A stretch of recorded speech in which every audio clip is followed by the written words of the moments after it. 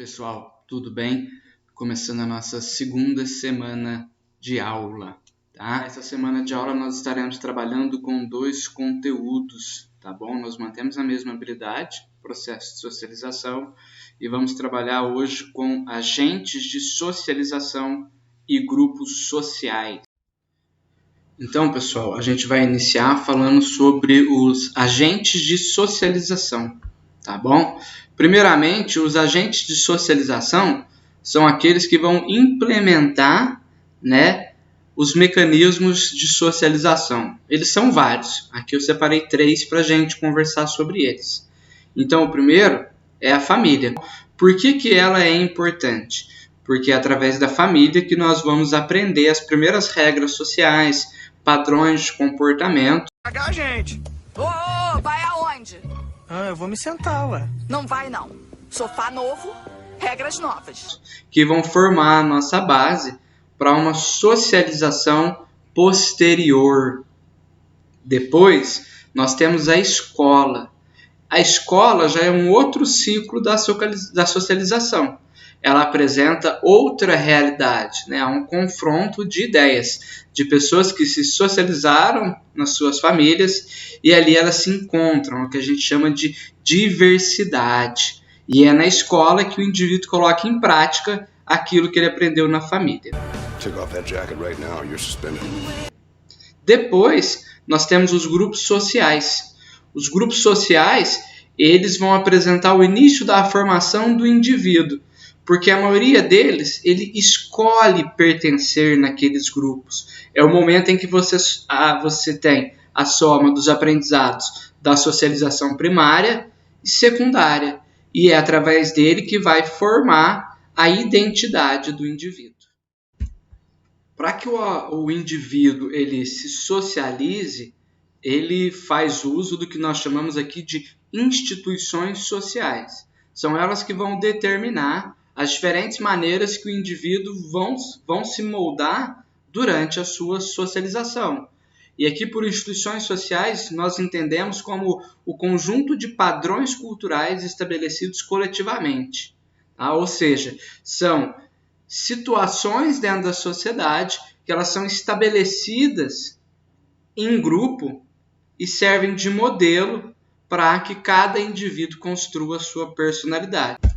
Um exemplo aí de instituição social é o casamento. Por quê? Ele é uma forma reconhecida pela sociedade de relacionamento, E ele apresenta um caráter normativo, ou seja, ele regula determinada situação, tá bom? Então, essas instituições sociais, elas não são instituições físicas, tá? Como uma instituição beneficente.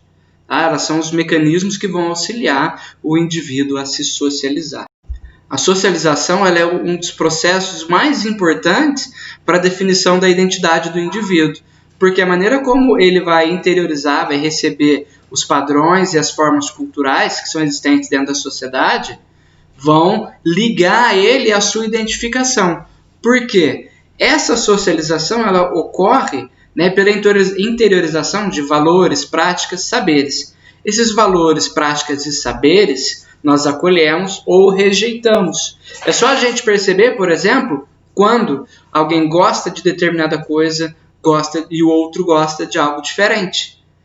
Ou pratica um esporte diferente de você. Nós não somos iguais. E essa formação da identidade, ela ocorre através da socialização. A partir do momento em que a gente passa a nos socializar, nós vamos nos apresentar ao que nós chamamos de grupos sociais, que são diferentes das instituições. Por quê? Os grupos se estabelecem por meio dos nossos interesses, daquilo que a gente gosta, e compartilhamos isso com um ou mais indivíduos. Pode ser o grupo da galera que você conversa online, de game, K-pop, pode ser o grupo da sua igreja, os seus amigos da escola, o seu time de futebol, o seu grupo do karatê, do jiu-jitsu e por aí vai. Enquanto as instituições sociais são padrões e normas que se aplicam no âmbito geral a todos os grupos, independentemente de você estar inserido nele ou não. Enquanto o grupo social você escolheu através da socialização. O indivíduo ele tem na família a primeira instituição social, e aqui nós vamos falar de 3, Primeiro, porque a família ela cumpre o papel de transmitir aquilo que é certo, o que é errado, aquilo que a sociedade determinou, aquilo que aquela família considera como o melhor para aquele indivíduo, tá? Entre hábitos e costumes, daquilo que a sociedade compartilha em si. A escola ela é responsável pela transmissão de conhecimento e de padrões de relacionamento dentro dos grupos da qual a gente não pertence. Lembrando que é na escola que o indivíduo ele vai começar a confrontar ideias diferentes daqueles que ele está acostumado.